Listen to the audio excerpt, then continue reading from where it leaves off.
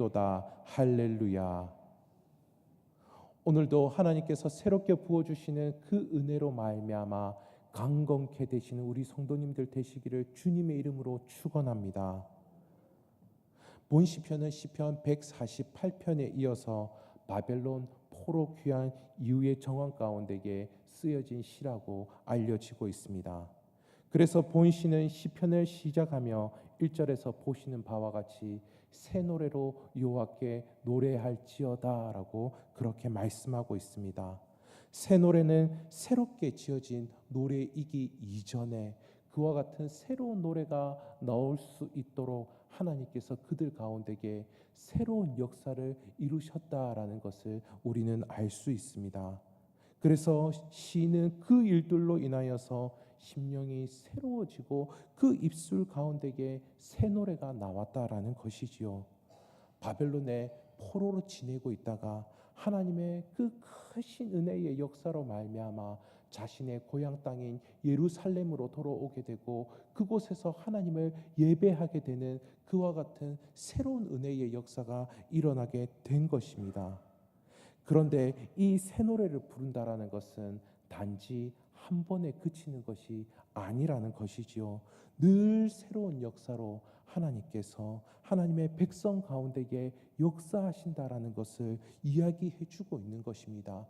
그래서 이 시가 그냥 단지 그 시대에 한 번만 부른 것이 아니고 이렇게 우리에게도 남아서 우리에게도 불려질 수 있도록 한 것은 하나님께서는 우리에게 새로운 역사를 허락하여 주셔서 우리의 심령과 우리의 입술 가운데에 새로운 노래가 나올 수 있도록 그렇게 우리의 삶을 인도해 주신다라는 것이지요. 이는 우리의 신앙 여정에서도 돌아볼 필요가 있습니다. 이미 받은 은혜에 만족하고 그 자리에만 머물러 있어서는 안 될 것입니다. 소위 왕년에는 신앙이 뜨거웠어 라고 그렇게 이야기할 때가 있는데요, 그런 말을 종종 듣곤 합니다. 그러나 하나님은 우리에게 늘 새로운 은혜를 부어주시는 분이세요. 그렇게 새로운 은혜로 말미암아 하나님을 높여 찬양하며 하나님을 믿고 의지하고 하나님의 뜻에 따라 살아가도록 우리의 삶을 인도하신다라는 것이죠. 복음서를 보면 제자들이 전도 여행을 하는 것 가운데에 깜빡하고 떡을 가지고 오지 않은 것에 대해서 그들이 염려하는 모습이 나옵니다. 그런데요, 그들이 그 떡을 가지고 떡 도시락을 싸오지 않은 것에 대해서 염려하는 그 장면 이전에 어떤 이야기가 나오는지 아십니까? 떡 5개와 물고기 2마리를 가지고 예수님께서 5,000명을 먹이시는 사건이 나옵니다. 그때 남은 떡이 12바구니, 12강줄이 이렇게 많이 남았는데 제자들은 그것들을 싸오지 않았다라며 염려하는 것이에요. 그 도시락을 싸가지고 다닐 때에 우리가 저주받은 이방인들과 교제하고 저주받은 이방인들에게 음식을 구걸하지도 않아도 되는데 우리가 그 떡을 싸오지 않았다라며 근심하고 있는 모습이 나옵니다. 그런데 여러분 어떤가요?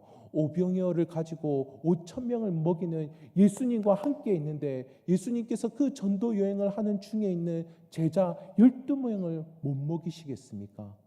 예수님께 구하고 예수님을 찾으면 되는데 그와 같이 않았다라는 것이죠.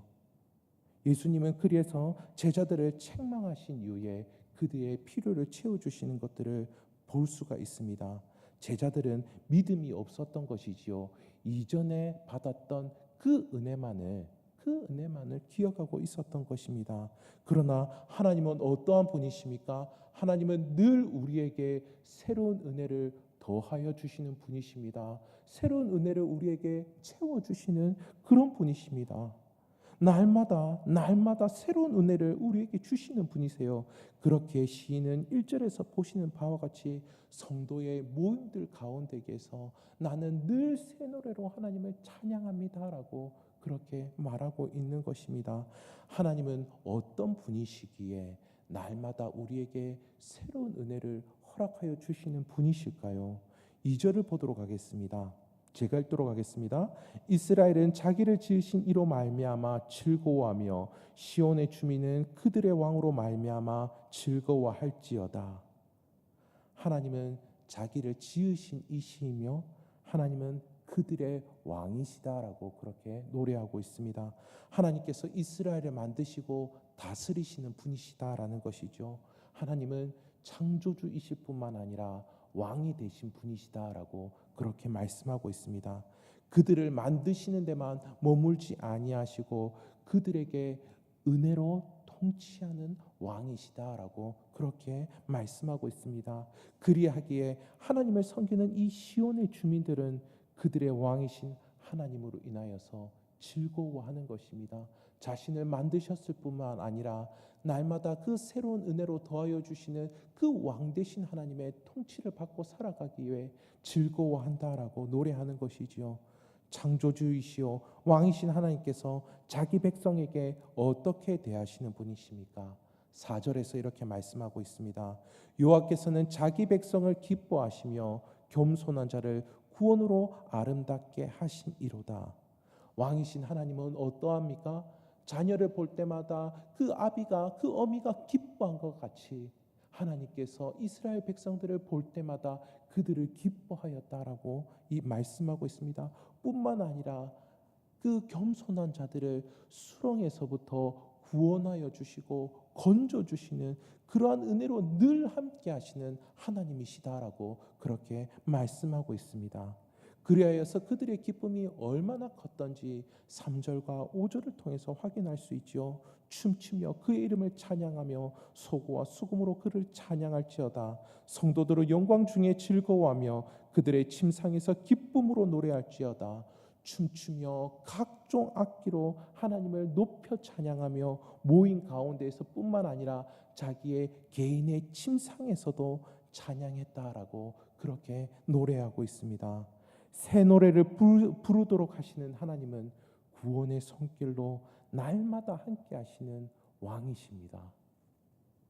하나님을 왕으로 모시는 이들의 모습은 어떠할까요? 6절입니다. 그들의 입에는 하나님에 대한 찬양이 있고 그들의 손에는 두 날 가진 칼이 있도다. 입술로는 하나님을 찬양하며 그들의 손에는 두 날 가진 칼이 있다라고 말씀하고 있습니다. 칼은 곧 하나님의 말씀입니다. 그들은 하나님을 찬양함과 동시에 하나님의 말씀으로 무장을 하고 있는 것입니다. 이와 같은 무장은 가장 거룩한 무장이고 가장 강력한 무장입니다. 하나님을 대적하여서 하나님의 백성들을 공격하는 이들에 대한 가장 막강한 무장인 것입니다. 그리하기에 시인은 승리를 얻기 이전부터 지금 승리를 노래하고 있는 것입니다. 찬양과 말씀으로 무장한 하나님의 백성은 반드시 승리하고 말 것입니다. 우리 그리스도인의 대적에 대해 신약 성경 에베소서 6장 12절에서는 다음과 같이 말씀하고 있습니다. 우리의 씨름은 혈과 육을 상대하는 것이 아니요 통치자들과 권세들과 이 어둠의 세상 주관자들과 하늘에 있는 악의 영들을 상대함이라. 혈과 육이 아닙니다. 우리의 완력으로 싸울 것이 아닙니다. 우리는 영적 싸움 가운데에 있는 것이지요. 그리하기에 우리가 찬양과 말씀으로 무장을 할 때에 우리는 하나님을 대적하는 모든 계계로부터 승리하게 될 것입니다. 하나님의 말씀과 찬양으로 가장 거룩한 무장을 할 때에 우리는 마지막 날에 최후 승리를 얻게 될 것입니다. 우리의 왕 되신 하나님을 찬양하며 하나님의 말씀 가운데 거할 때에 우리는 반드시 승리하게 될 줄 믿습니다. 사단은 거짓으로 우리를 미혹해 합니다. 그리고 우리를 하나님과 멀어지게 합니다. 결국 우리의 삶을 절망으로 이끄는 것이 그들의 목표인 것이지요. 그러나 이와 같은 사단의 술책 앞에 찬양과 말씀으로 무장하시는 우리 성도님들 되시기를 바랍니다. 또한 그리할 때에 이미 승리했음을 믿으며 어떠한 상황 가운데서도 하나님을 찬양하는 우리 성도님들 되시기를 주님의 이름으로 축원합니다. 기도하시겠습니다. 서상수 성도님 감사헌금하셨습니다.